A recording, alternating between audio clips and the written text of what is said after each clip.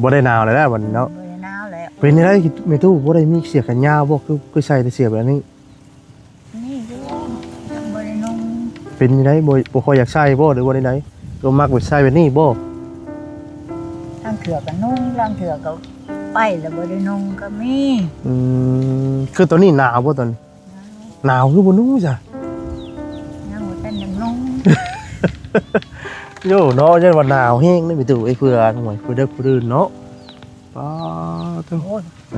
พวกลูกเมื่อนี่ก็นอนแล้วนอนห่มผ้าบ่ได้กินข้าวว่าจ้ะกินข้าวแล้วก็นอนมีหยังกินมื้อนี้นี่ฮะโดยชิ้นหมูเขาเจ้าเอามาให้เราซื้อได้แม่อันนั้นได้โดยแต่เขาลูกเขาเต้าสิมาให้กินน่ะบ่มีดอกลูกเอ้ยมีแต่ของพวกลูกนี่เอามาโดยเนาะอันขออนุญาตถามแน่เอาไปว่าน้ำบ้านน้ำเมืองเขาก็สิมาหายเป็นศพไผเว้านะไผว่าคือลูกเคยนั่นแหละว่าว่าสิมาให้แม่ทั้งแม่เป็นชอบผู้ว่าเป็นศพที่เขาก็สิมาให้เป็นกระสอบเพิ่นว่านั่นบ่บ่เห็นมันก็ว่าความว่ามาแต่ไสโดยเม็ดนึงยังบ่เห็นเลยยังคือว่าเป็นกระสอบก็ย้อนนะคันชี้เขาให้กินเป็นกระสอบก็บ่ปล่อยให้ตายแล้วเขาเอามาอีกคือโวยบายเขาโอ้ยบายก็กินไปเลยๆนะว่ามีกินอยู่เนาะมีกินอยู่ความกินน่ะซ้ำว่าบ่เฮ็ดก็ได้กินแล้วลังเทื่อก็เฮือดนั่นแบ่งเลยลังเทื่อก็เฮือดนี่ก็แบ่งตึกกันเจ้าสิกินเบิดบ่ลูกมันบ่เบิดลังเทื่อก็เฮือดนั่นได้แบ่งเลยใส่กลางบ้านได้ผัดกินเลี้ยงมื้อนี้มาเอาเด้อเลยบ่ไปเอาผัดเขาเอามาให้ใส่กลางบ้านยังปิ้งกบปิ้งเขียดมาส่งได้เขาคือเห็นบุญคุณแม่อันเบิ่งเขาเกิดลูกเกิดเต้านั่นแหละก็เลยเบิ่งเลยก็บ่ได้ว่าดอกโดยมีเงินเขาก็เอาเงินให้ไปบางคนว่าไปออกไปลินขายทหารวาดส่วนส่วนออกไปผมซื้อสินให้พื้นนึงโดยวาดไปเฮือนผู้นั้นอีกเขามากินข้าวปุ้นเด้อไปกินข้าวปุ้นชิ้นได้ให้เงินได้ให้50ชิ้นพื้นนึงช่วยผู้มาเอาโดยเอาเห็นบรรลุเองอาโกเหนื่อยเอาบ่เห็นบ่แต่เลี้ยงใหญ่มาชิ้นพื้นก็บ่ได้นุ่ง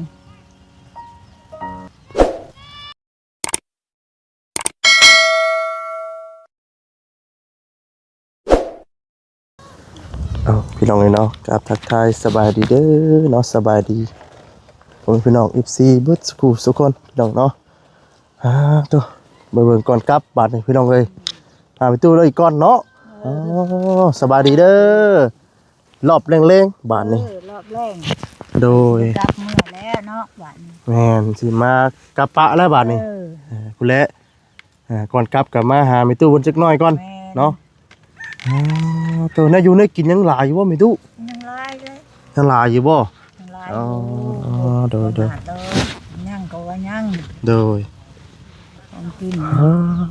นั่งเถื่อกับบ้านเมืองช่วยแล้วกินไปตัวนั้นแล้วก็ป้าตัวนี้ไว้ลูกเอ้ยบ้านเมืองห้าบ่ขุบบ่มาคว้าบ่ได้จังกินโดยยัดแล้วโดยเนาะเนาะยินช่วยมามื้อนี้หนาวเนาะมื้อนี้เนาะบ่ได้เขาเจ้าข่าวน้ำมาล่ำก็ว่าสินางเพิ่นวันที่ใดเพิ่นสิข่าวหนาวเลยจังมื้อเพิ่นน่ะ2-3 มื้อพุ่นได้ปาโต 2-3 มื้อพู้ไอ้ดอกบ่ได้หนาวแล้วว่าช่วงนี้ธรรมดาอยู่เนาะหนาวกว่าห่มผ้าใครดอกวันนี้ผ้าโตๆก็ลายแล้วบัดนี้เนาะตุ้มใส่รถบัดนี้ตุ้มอะไรบ่ได้อันนั้นเบิ่งว่าลูกว่ามาให้แล้วห่มให้บ่ได้โซเลยบ่ได้หนาวแล้วบัดนี้เนาะบ่ได้หนาวแล้วเป็นได้แม่ตู้บ่ได้มีเสียกันยาวบ่คือใส่แต่เสียแบบนี้นี่อยู่บ่ได้นุ่งเป็นได้บ่ค่อยอยากใส่บ่หรือว่าได้ก็มักไปใส่แบบนี้บ่ ล้างเถื่อก็นุ่งล้างเถื่อก็ไปแล้วบ่ได้นุ่งก็มี คือตัวนี้หนาวบ่ตอนหนาวคือบ่นุ่งจ้ะ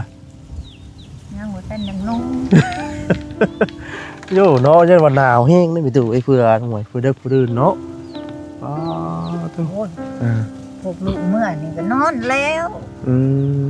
ม นอนห่มผ้า บ่ได้ แล้ว กินข้าวว่าจ้ะ กินข้าวแล้วก็นอน มีหยังกินมื้อนี้ มื้อนี้ฮะ โดย ซีนหมูก็เจ้าเอามาให้ อืม เขาเจ้า ข้าวน้ำซ้ำปลาได้บ่ได้หนึ่งบ่ค่ำได้แล้วนี่ เขาบ่ได้นึ่งเจ้ากินมื้อแรง โดยข้าวน้ำซ้ำปลาได้ข้าวได้ใช้ได้อันบ่ได้แกะแล้วบ่ ยังบ่ได้แกะ ยังบ่ได้แกะเลย โอ้ยยังบ่ได้แกะเลย ยังบ่ได้แกะแล้ว ป๋อ ยังกินเขาไปให้ของให้งาน อืม เขาไปออกแม่ไปเที่ยวรับจ้างเที่ยวนั่นดิ อ๋อยังบ่เบิดโอ้โดย แม่เว้าซื้อได้แม่อันนั้นได้ โดย แต่เขาลูกเขาเต้าสิมาให้กินน่ะบ่มีดอกลูกเอ้ย อืม มีแต่ของพวกลูกนี่เอามา โดย บ่ท่ เนาะอันขออนุญาตถามแน่ หากไปเว้าน้ำบ้านน้ำเมือง เขาก็สิมาหายเป็นศพ ไผเว้านะไผว่า ทุกลูกเคยนั่นแหละว่า ว่าสิมาให้แม่ ว่าเบิ่ง ทั้งแม่ อืม เป็นชอบผู้ อืม โอ้ ว่าเป็นศพที่เขาก็สิไปหายเป็นกระสอบ เพิ่นว่านั่นบ่ แม่ซื้อบ่เห็น อืม บางคนว่าความว่ามาแต่ไส โดย เม็ดหนึงยังบ่เห็นเลยยังคือว่าเป็นกระสอบก็เยินนะ อืม คันชี้เขาให้กินเป็นกระสอบก็บ่ปล่อยให้ตายเลย อืมคือปัจจุบันนี้เพิ่นได้เข้ามาเบิ่งมานั่นอยู่บ่มาเล่นน้ำอยู่บ่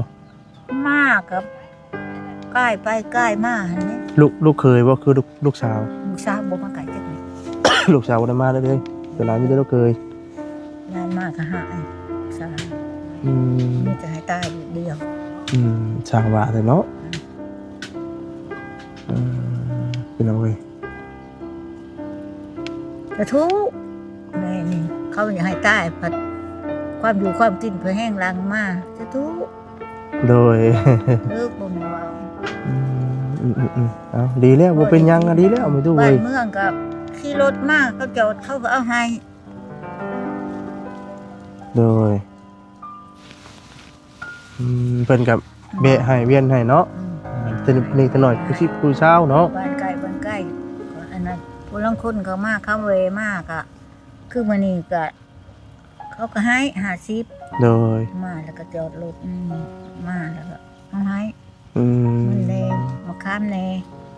มาขามแล้วเพิ่นเอามาต้อนบ่เด้อวันนั้น เอามาโตะะ วันนี้แม่ตู้ก็เลยไปต้อนพวกลูกต่ออีก บ้านนี้มันต่ออีกโมอันนั้น โอ้ยนะพี่น้องเอ้ย เบิดลูกเขาเอามาอีก คือโว้ยบายเขา โอ้ยบายก็กินไปเลยๆนะ เพราะว่ามีกินอยู่เนาะ มีกินอยู่ อืม ความกินน่ะซ้ำว่าบ่เฮ็ดก็สิกินและลังเถื่อไปเฮือนนั่นแบ่ง โดย ลังเถื่อไปเฮือนนี่ก็แบ่งตึกกันเจ้าสิกินเบิดบ่ลูกมันบ่เบิดลังเถื่อไปเฮือนนั่นได้แบ่ง โดย บัดใช้กลางบ้านได้บัดกินเลี้ยงมื้อนี้มาเอาเด้อ โดย บ่ไปเอาบัดเขาเอามาให้ใช้กลางบ้านยังปิ้งกบปิ้งเขียดมาส่งได้ เขาคือเทนบุญคุณแม่อันเบิ่งเขาเกิดลูกเกิดเต้านั่นแหละเขาเลยเบิ่งเลยก็บ่ได้ว่าเอาดอก โดย มีเงินเขาก็เอาเงินให้บางคนว่าไปออกไปลินขายทหารวาดส่วน โดย ส่วนออกไปเพิ่นซื้อสินให้พื้นหนึง โดย บาทนี่ไปเฮือนผู้นั้นอีกเขามากินข้าวปุ้นเด้อไปกินข้าวปุ้นชิ้นได้ให้ โดย เงินได้ให้50 โดย ชิ้นพื้นหนึงช่วยให้กูมาเอา โดยเอา เห็นบรรลุเองอากูนี่ไง เอาบ่เห็นบ่ แต่เลี้ยงใหญ่มาชิ้นพื้นก็บ่ได้เงิน จากลูกเนาะ ลูกบ่แม่นว่าควัน เอายาเพิ่นแม่ตู้เอ้ยเนาะตอนนี้ก็ทาง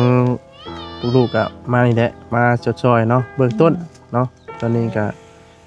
ถือว่าในช่วงนี้ก็ดินเนาะดินก็เลือกหมองได้แล้วพี่น้องเลยเนาะมีแต่ว่าเลือกเฮ็ดเฮือนนี่ขนาดนี้แม่น45คูณ4ก็พี่น้องเนาะ5คูณ4 แม่บ่ได้ติ ตอนนี้ก็ทางไม้ก็มาครบเบิดเรียบร้อยเนาะวันนี้ยังเหลือแต่ค่า ค่าสร้างเนาะค่าสร้างแล้วก็มีค่าสร้างนี่ยังบ่มีพี่น้องเนาะแล้วก็ค่าเนี่ยมุ่ง ได้สังกะสีเนาะแล้วก็ผ้ากระจาดพี่น้องเนาะยังบ่มีแล้วก็ไม้48เนาะพี่น้องเนาะยังบ่มีเนาะถือว่ายัง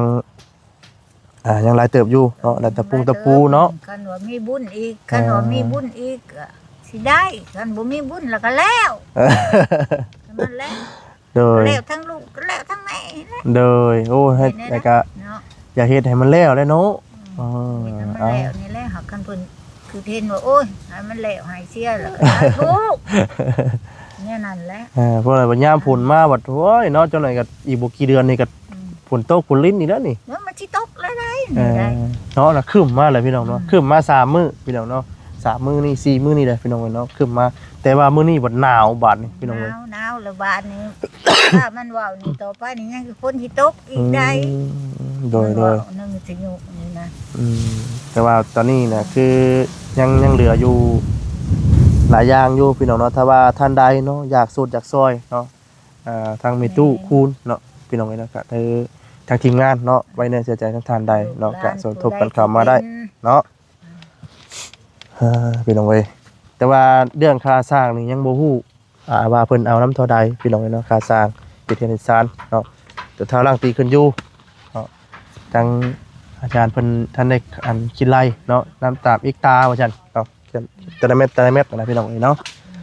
เดี๋ยวก็จะแจ้งอีกทางพ่อแม่พี่น้อง FC อีกเทื่อนึงเนาะเพราะว่าตอนนี้เฮายังบ่ฮู้ราคาเนาะว่าสิเป็นราคาเท่าใดพี่น้องเอ้ยเนาะตัวคือตอนนี้สร้างแล้วพร้อมแล้วแต่ว่าพวกลูกท่านได้พร้อม เพราะว่ายังบ่มีงบพี่น้องเนาะยังบ่มีงบเฮ็ดต่อพี่น้องเลยโดยกับยังบ่ฮู้ราคาเนาะแจ้งให้พี่น้องเนาะกับผู้พี่น้องเลย พวกนั้นถามพวกลูกว่าในได้แล้วโอ้ขึ้นบ่พ่ออ้างช่วยอีกพวกลูกก็ได้เพิ่นบ่ช่วยแล้วก็พวกลูกก็สิเอาไสมาช่วยอีก โดย พอกัน โดย เจ้าเพิ่นขอเท่านั้น โดย ได้ชำใดก็เอาเนาะพี่ตู้เนาะ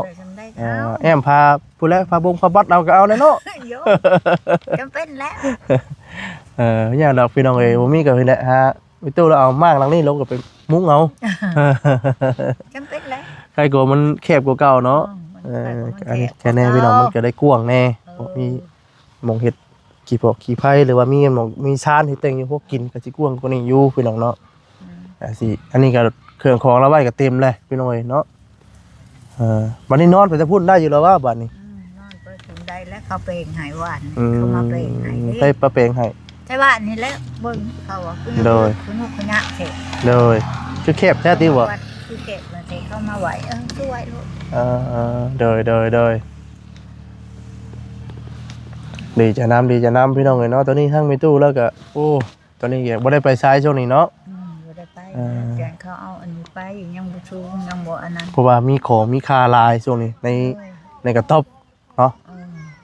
ก็เลยบ่อยากไปใช้พี่น้องเนาะเพราะว่าต้องได้ไปแล้วยันลูกเอามาให้เขามาเอาไปเสียบ่ได้ฉันเอาตัวนี้ไปต้องในอยู่เผาเนาะบ่ได้กินงามกว่าคืนนี่เปิดฟังอยู่ว่าหมอลำนี่บ่ได้ฟ้อนใช่บ่แล้วบ่ได้พ่นแล้วให้พ่นบ่ได้พ่นนักรับปะมันตัวจูนเอาไว้กันเนาะอ้อมอยู่เนาะตัวจูนมันนั่นแหละปากเช้านี้เพิ่นบ่จักเมื่อยเนาะปากจนบ่คืนเนาะมันคือบ่ได้เมื่อยคือกันเมื่อยบ่คือนี่เมื่อยแบดเบิดบ่แบดเบิดว่าหมดแล้วหมดลำแล้วมื้อเช้ามาเบิ่งเปิดเบิ่งก่อนไปซูนเขาว่ารายการบุญมา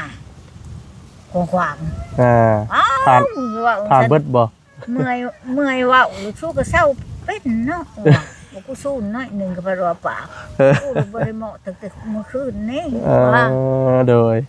ตะกี้ว่ามันเพิ่นเบิดบ่ตะกี้ว่าเพิ่นเบิด หมดไว้แล้ว อ๋อคิดว่าหมดไว้ เออ อ๋อ มันประชุนอันนั้นมันน้อยหนึ่งก่อนอ้าวรายการตะบุญมาจ่ายยาเลยอ้าวโต โดย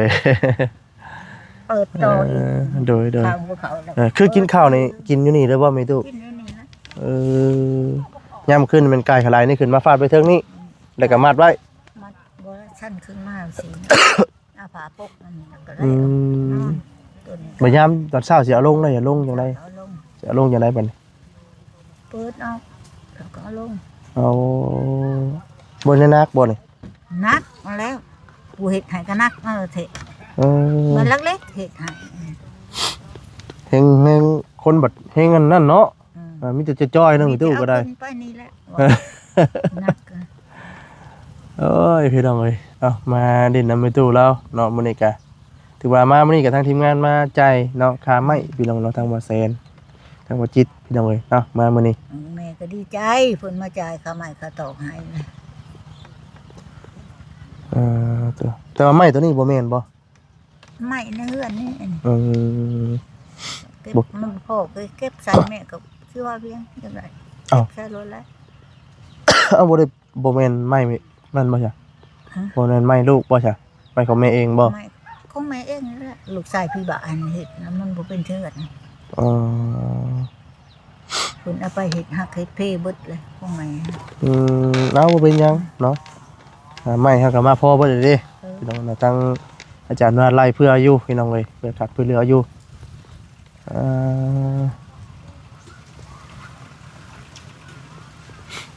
ขับมาเป็นแห้งหนาวเนาะอากาศเปลี่ยนเลยพี่น้องเลยเนาะทางบอชารีมื้อหนึงกับไข่4 มื้อ3 มื้อ4 มื้อกลับมาหาใครในยังแต่ว่ายังมีไอก็เป็นหวัดยังบ่เศร้าแต่ว่าไข่ในบ่มีแล้ว ไข่ดอกไข่วัด ว่าวันนี้มันกลับมาหนาวอีกบัดนี่พี่น้องเลยเนาะแมลงในยันหายใจทั้งปากอยู่บัดนี่ โอ้ยพี่น้องเลยลมห้วยห้วยพี่น้องเลยเนาะตัวยามมื้อคืนนี่ก็จุไผก็บ่ได้เนาะ เดี๋ยวได้ โอ้ยพี่น้องเลยจุไผก็บ่ได้เด้นี่คือหนึ่งข้าวนี่หนึ่งตอนเช้าบ่ หนึ่งตอนเช้า หนึ่งตอนเช้าแล้วตอนแรงแต่ละเทื่อข้าวมันสิบ่อันแข็งบ่มันหนาว แข็งเนาะ อืม กินได้อยู่ ยันว่าอุ่นตอนแรกกินมันจังบ่แพ้แค้ว มันกระเทินหัวดนี่ อ๋อมันกระเทิน อุ่น คือสีลายก็บ่ลายสีน้อยก็บ่น้อยสิบ่มันก็ได้พวกกระเทินพี่เนาะโดยพี่น้องเอ้ย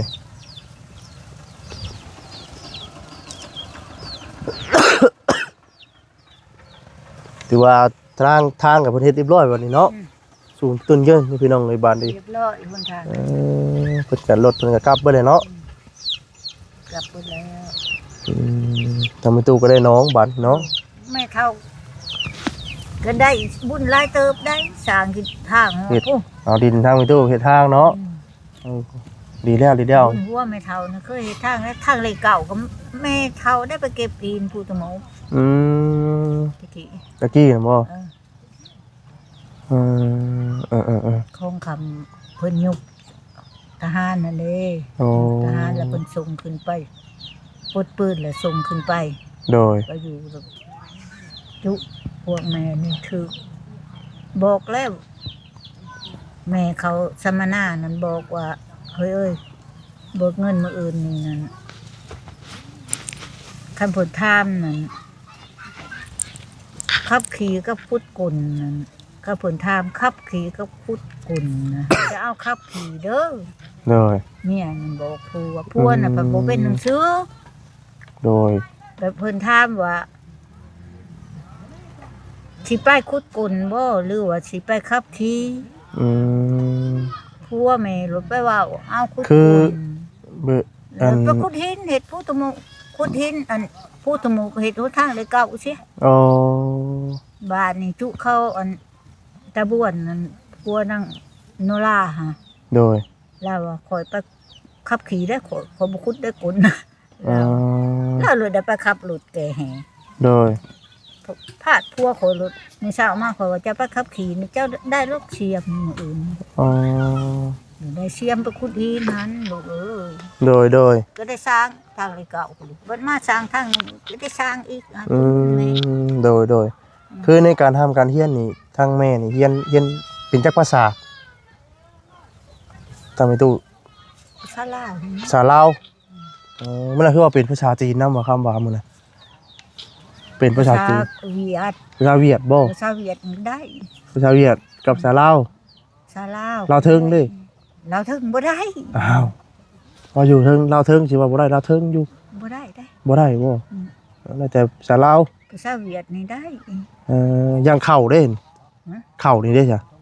เขานี่เวียดนี่เขานี่อันเกิมได้ อันเกิมน้ำ น้ำเนื้อ เหงือก อืม โอ้ ดีองค์เนื้อ ดีองค์เหงือก อืม คำว่าสบายดีได้จ้ะ กำเอิญ กำเอิ้น กำเอิญขอบใจ โอ้ เป็นภาษาเวียดเนาะ เวียดนี่เป็น เป็นในสองภาษา อืม อู้ธรรมดาเลยเนาะเป็นให้คือว่าเป็นภาษาเวียดเคยไปเฮียนบ่ ไปนำเขาเวียดเขามาแล้ว เอื้อยเลยเหตุการณ์นำเวียดนั่นเด้ อืม เหตุการณ์นำเวียดแล้วเอื้อยแล้วเอาเอกสารให้เฮียน โดย แล้วเฮียนน้ำเอื้อยนั้น อ๋อเคยเห็นของการบ่ เอื้อยนั้น ทางมีตู้นะบ่ได้เฮ็ดบ่ มันก็เฮ็ดจักเฮ็ดบ่เฮ็ดแรงแต่กี้นั่นแม่นั่นก็ได้เป็นหัวหน้าสหพันธ์แม่ยิ่งตะกี้ อ๋อ แม่ออกเลยแม่เฒ่าเลยแม่ยาเด้ โดย บ่ได้อันนั้นได้พอที่เฮียนน้ำเอื้อยหั่นแล้วบ่เวียดนั่น โดย มันหายมันเทียดนี่แม่ฮู้จักเบิดแต่ แต่ว่าเพิ่นทางลาวเทิงได้เพิ่นหายได้ เราถึงหายบ่จัก บ่จักบ่ยิ้มใช่อย่างเดียวเนาะ มีแต่เว้าเขาด่าก็บ่จักนะ ฮู้อยู่ว่าเป็นบางคำฮู้อยู่บ่ รู้เฮาเว้าบ่ได้ อย่าเช่นกินข้าวได้จ้ะ ของเขาเราถึงจะดู จะโดยถ้าว่าแซ่บเด้ เสแอม แอมถ้าว่าแกงหน่อไม้ได้จ้ะ บ้าง อะบังแกงอะบัง บ้างเป็นมา ถ้าว่าแซ่บหลาย เสพลาย แกงน้อยแซ่บหลาย กันเวียดเพิ่นอันเกิน โอ้ยเราพี่น้องเอ้ย ล้มกันไปหมดใส่เลยนี่เนาะ เจ้าเนาะสบายดีเนาะสบายดี โดย โอ้ยมาปะแล้วเนาะบาดนี่ โยป้าแล้ว เป็นได้เดียนสิลำสิรวย อืม แต่บุญวัวมีได้ลูกเอ้ย โดย มีแต่พวกลูกนะบางในน้ำเลขน้ำเบอร์แล้วก็มันถึก มีตู้มีหยังใช่สิบอกสิเว้า คนคอยนั่นแหละ เอ้าจังว่ามีหยังสิบอกลูกบอกเต้าก็เว้ามาแหละก็ลูกเต้าก็บ่ลืมดอกคือเว้าแหละ มันบ่ฮู้ติ เออ จะมันฮู้ แต่เว้าแนวรวยไว้ซะว่าแนวเหือบ่ไหลใคร เพื่อบ่ไรใครบ่ย่อยก็นี่ก็ห้วย ได้ลูกเอ้ยขอน้ำบางเถื่อถึกลูกถึกล้านแม่ก็มีได้ เออ หลายคนอยู่ได้ อ่า เล่นนู่นเล่นนี่หมู่หัน เออ เม็ดนัดหมู่หัน ไผขอไผน่ะขอหยัง ขอน้ำลูกน้ำล้าน ยันว่าเขาเจ้าจำแม่ มีไผแน่ หลายคน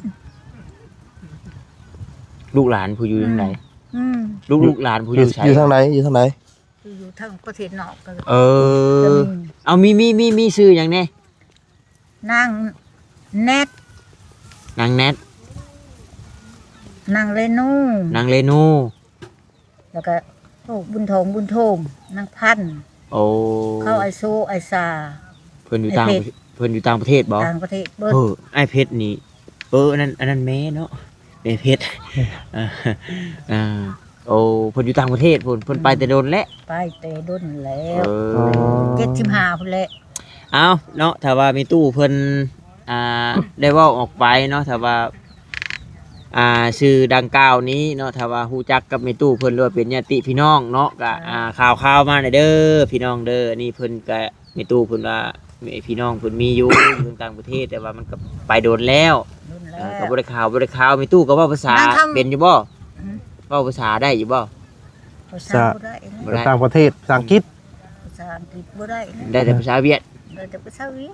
ครับภาษาละ มึงจริง ตรงจริงๆนี่ได้อีดอกภาษาอันนี้นั่น กินข้าวได้บ่ได้ตุ กินแล้วจะเขาเตียงกู บ่อันว่าเว้าภาษาเวียดกินข้าวว่า เกิม เกิบ เกิมก็ยี เกิบก็ยีจะเว้าเพื่อนน้อยเด้อค่ะ เงินน้อย เพื่อนหลักน้อยๆนี่นะ โดย โดยอาจารย์ โดยอาจารย์ โดยอาจารย์ คือเว่าโอ้ยแม่ตู้อยู่เพื่อนหลังน้อยทีนะเอาลองเว่าเป็นภาษาเวียดแม่ตู้อยู่เพื่อนหลังน้อย ตะโต อะตอ ตะโต ตอ ต่อ ตอ ต่อ สั้นๆนี่โอ้โกยจื้อแล้วบ่ตาตอตอคือสมมุติว่า บ่ตาอยู่เพื่อนหลังน้อยก็ตอตอ คำว่าดังใหญ่แล้วใช่ไหมตู้ ลังใหญ่ปืนบ่แม่นปืนเราถึง ปืนเราถึงนี่ ตะโตตะโตนี่ไงคงโตบ่ใหญ่ คงตอบ่ใหญ่ตอตอนี่ใหญ่เนาะความจำแม่ตู้มันดีเลยเนาะอายุ90ปลายเนาะแต่ว่าความจำ บาง ยัง คน ดี เพิ่ เบิด นว่าแม่ตู้แล้วลืมไปจัก ฉันฮอดบ่90ปลายจื้อเนาะตู้เนาะเกิดปี1900อะไรก็ พันก็ร้อยนี่บ่ซื้อ แต่ว่าจื้อแท้อายุเนาะจื้อเนาะในจังหวะแบบนั้นตะกี้แม่ก็เรียนหนังสือนี่ก็บ่ได้เฮิงได้ลูกไม่จำได้ คนมาแล้วก็คนสมองดีพี่น้องเนาะคนหัวแหลมความจำดี จำได้ จำได้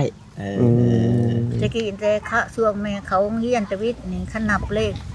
ตัวพลังนี่บ่ฮอดร้อยนี่บ่ได้ขึ้นห้อง เนาะ นับเลขพลังนี้เดี๋ยวนี้ยังจื้ออยู่บ่แม่ นับเรียนนี่ฮอดตั้งแต่10เอาลองดูไหมตู้ อองเด้อตัวกัดแสงสีเจ็ดวิทย์นับดิษ ฮอดอะไร ฮอดแล้วสิ ไวแล้ว ไว้แท้ ว่าใหม่อยู่ อองเด้อตัวกัดแสงสีเจ็ดวิทย์นับดิษ โอ้อองเด้อแล้วก็ อองเด้อ อองเด้อแล้วก็มายัง ตัวกัด ตะลัวแล้วก็ กัดแสงสีเจ็ด กัน นับดิษ แซงชิดแม่นบ่แล้วก็มายังก็ นิดบ่ นิด อะเบิด ฮอดแต่10มาแล้วไม่น่ะเข้าเวียดก็หมด ออฟซาเวียตบ่ อองเด้อตัวบ่อองเด้อบ่ ภาษาเวียด สาวเวียดจังได้หมดหายใบบน บทหาบายบน นางสาวใบตัดที่เมือง เอาเนาะภาษา ชิป โอ้เก่งในประตูแล้วเนาะเฮียนอยู่ไม่เฮียนอยู่อันบ่เฮียน โอ้หนาวได้ประตูเจ้าบ่หนาวบ่เจ้าคือบ่แบบบ่นุ่งเสื้อแขนยาว แล้วว่าหนาวเราแต่ว่าบ่ห่มเรา เจ้านุ่งเสื้อแขนยาวใส่นะกว่าโอ้หนาวเย็นเจ้า การเฮงนั่นเนาะเปลี่ยน ตั้งแต่ได้รับการช่วยเหลือกับบ่ได้มีผู้ใดมาลิ้นนำบ่ตู่หรือว่ามีชาวบ้านมาลิ้นมาแอนมาถามอยู่บ่ ชาวบ้านเข้ามาลูกก็มาลิง มาแอนมาถามอยู่เนาะ มาถามอยู่ มาแอนมาถามอยู่จะได้ไฟบ่ดังหนึงเข้าบ่มื้อนี้ บ่นึงแล้วเขา โอ้หนึ่งมื้อเดียวแล้วเลยบ่ คือเก่า เช้าแรกคันหนึ่งเลยกินบ่ได้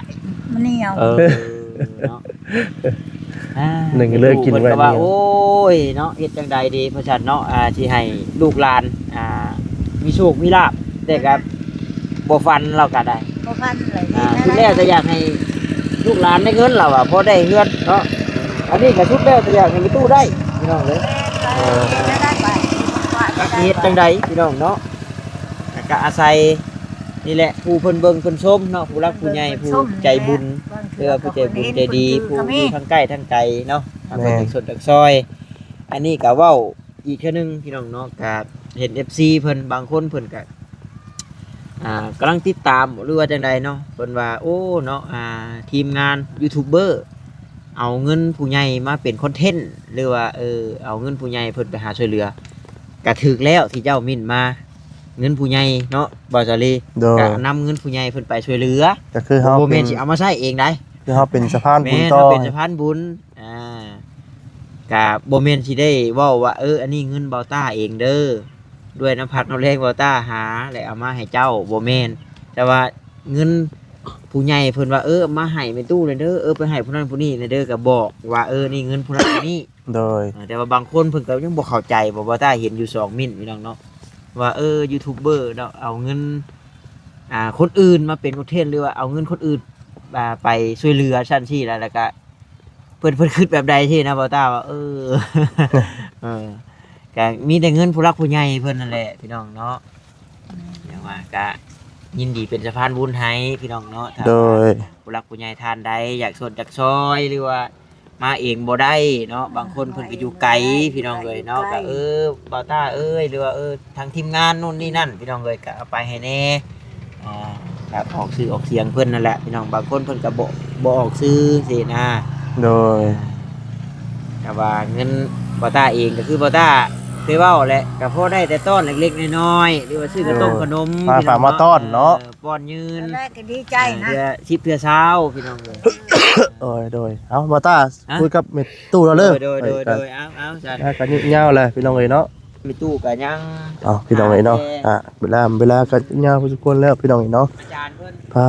ตัวพี่น้องเอ้ยเนาะคอยคันย่ำแรงล่ะพี่น้องเนาะทางวัสดีก็สิได้ขอจบคลิปซะก่อนเนาะผิดพลาดจังไดก็ขอโทษขออภัยด้วยพี่น้องเด้อเนาะ